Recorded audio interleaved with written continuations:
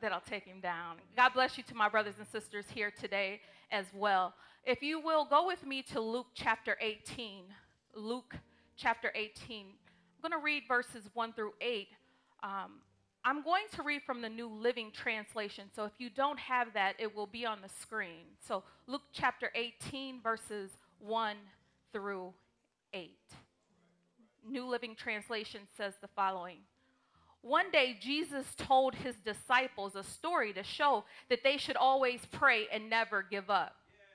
There was a judge in a certain city, he said, who neither feared God nor cared about people. A widow of that city came to him repeatedly saying, "Give me justice in this dispute with my enemy." The judge ignored her for a while, but finally he said to himself, "I do not fear God or care about people, but this woman is driving me plumb crazy. I'm going to see that she gets justice because she is wearing me out with her constant requests." Then the Lord said, "Learn a lesson from this unjust judge. Even he rendered a just decision in the end. So don't you think God will surely give justice to his chosen people who cry out to him day and night? Will he keep putting them off? I tell you, he will grant justice to them quickly. But when the Son of Man returns, how many will he find on the earth who have faith?" The word of God.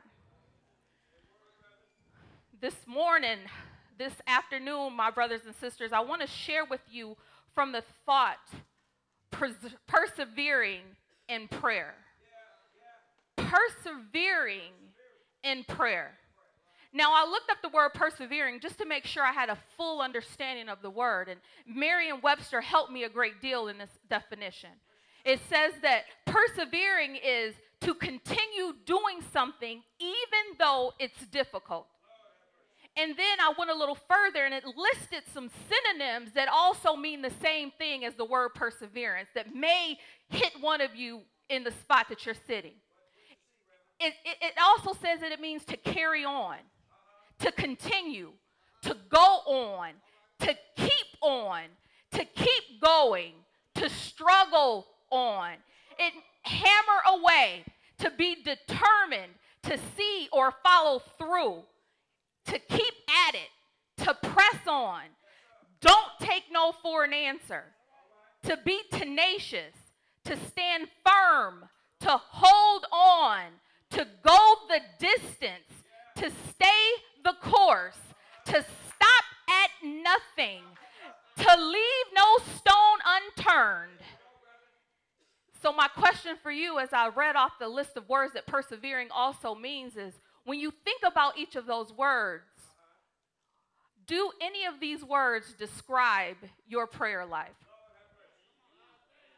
Is your prayer life something that you continue to do even though it's difficult? Do you hold on and go the distance in prayer?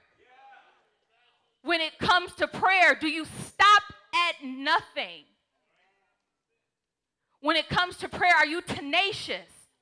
Do you hold on? Do you stay the course? Do you hammer away? Are you determined? Do you follow through? Or is your prayer life as fleeting as a one-night stand? You know what that is. In by 1, out by 1:30. You fold up like a deck of cards. How persevering is your prayer life? To encourage our perseverance in prayer, Jesus, the master teacher who wonderfully gives us this parable in Luke chapter 8, which tells us some things about a widow and a judge. And I thank God that his word, it has one interpretation but many applications. And there's a couple stories in here that you can see. You can see one about a judge and his unjustness, and then there's another one about a widow, which I want to draw your eyes to. In Luke chapter 18, the verses 1 through 8 that I read to you, I want to talk to you this morning about 3 essential elements of persevering in prayer. I'm going to show you 3 essential elements as it relates to persevering. You got it. Persevering in prayer. The first essential element of persevering in prayer can be found in verse 3. It says, prayer must be persistent. Prayer must be persistent. Verse 3 states that the widow kept coming. The poor widow kept coming. She was coming to see a heartless judge seeking justice without no end. She kept coming to a man who didn't care about God or people, but she kept coming. She had no power. She had no clout. She had no Nicole Perry as a powerful attorney. She had no money to grease the wheel of justice. But guess what? She kept coming. It seemed hopeless from our eyes. It seemed hopeless from the people in the community. It seemed hopeless to the people that sat on the bench with the judge, but it didn't seem hopeless to her because she kept coming. The only weapon that I can see that this woman had at her disposal was persistence. In the morning, it was give me justice. In the evening, it was give me justice. In the afternoon, she came and said, give me justice. At Walmart, she saw him again. She said, give me justice. At Old Country Buffet, she wasn't done. She said, give me justice. At Kohl's, she said, give me justice. At the filling station, when he was in the lottery line, she said, give me justice. She didn't give up. And she didn't relent. She wasn't going to be impeded by his sense of her disturbing him. She wanted justice. And she let persistence drive her to have that justice. God is also looking for persistence in us as well. Some might say, well, why should we have to keep asking God for what we need when he already knows everything? He already knows all we need. He knows everything. He everywhere at the same time. And why do we have to keep asking him? Some might say, does God really need to be nagged? Do we have to keep asking and asking and asking? Well, let me answer the question for you. Persistence is a great instructor in the school of Christian growth. Y'all believe that? Persistence is a great instructor in the school of Christian growth. Persistence compels us to the true center of prayer, which is going to confuse you because it's not something, but it's someone. So right there, I want to just stop and say, see, we persist after God for something when God is looking for us to persist after him because of who he is and not for what he has. Persistence, the great instructor in the school of Christian growth. Persistence deepens our relationship with God, and it compels our heart to examine what we really want the most. Persistence, it demands us to be patient. That woman, the widow, she had to be patient. She had to wait for him to leave his house so she can say, grant me justice. She kept coming back to the courthouse, grant me justice. I imagine everywhere she saw him, it was grant me justice. God is looking for us, and he's saying, how much do you want what you say you want? How persistent are you going to be to seek me for the thing that you want most? God does not become more willing to answer us, however, because we are persistent, but we may become more capable of receiving the answer when we continue to persist. Persistence in prayer is for our sake, not for God's sake. So when you ask me, why do I have to ask God for something that he already knows that I need? Should I have to nag God? It's not you nagging. The persistence is for you to prepare yourself for when he does answer your prayer, for you to receive what he has for you when he gives it to you. Persistence. It doesn't change God, but it will change you. Either you're going to keep going or you're going to clunk out. Persistence, it's for you, not for God. It will purify your motives and force you to confront your helplessness. When you persist through, you can't help but to see that it's not about you. You're not able to do this, but it's all about God. And he's the one that's going to honor that persistence. Persistent prayer distinguishes deep-seated desires from those fleeting impulses. You know those quick ones you throw up. Lord, I wish I had $100. You don't really mean that. Fleeting impulses. I wish I had a new car right now. Fleeting impulses. I wish I had a new boo. Fleeting impulses. Persistent prayer makes us ready to receive the answer from God. It humbles us so that God and God alone gets the glory.